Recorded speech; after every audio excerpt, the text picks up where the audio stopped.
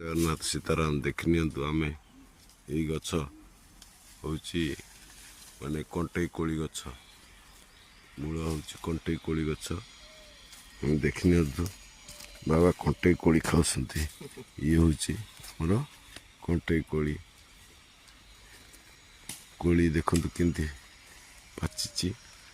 କଣ୍ଟେଇ କୋଳି, କଣ୍ଟେଇ କୋଳି ବାବା ଆକୁ ଖାଉଛନ୍ତି। କଣ୍ଟେଇ କୋଳି ଦେଖି ନିଅନ୍ତୁ କୋଳିଟା କିଭଳିଆ ହେଇଛି। ଏଇଟା ଏମିତି ପାଚିଛି ସବୁ। କଣ୍ଟେଇ କୋଳି ଖାଇଲା ମାନେ ଦେହର ଭିଟାମିନ୍ ବି ଭଲ ହେବ। ବାବା ଏଇଟା ଦେହ ପାଇଁ କ'ଣ କାମ ଦେଉଛି ନା? ଡାଇବେଟିସ୍କୁ 1 ନମ୍ବର କଣ୍ଟେଇ କୋଳି ଆପଣ ଖାଆନ୍ତୁ। ଆଉ ଡାଇବେଟିସ୍ ବି କଣ୍ଟ୍ରୋଲରେ ରଖନ୍ତୁ। ଆପଣମାନେ ଦେଖୁଥିବେ ଗାଁ ଗହଳି ମାନଙ୍କରେ ଏମିତି କଣ୍ଟେଇ କୋଳି ହେଇଥିବ।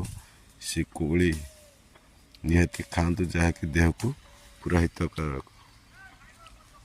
ଦେଖି ନିଅନ୍ତୁ ପୁରା କଣ୍ଟେଇ କୋଳିଟା କେମିତି ହେଇଛି।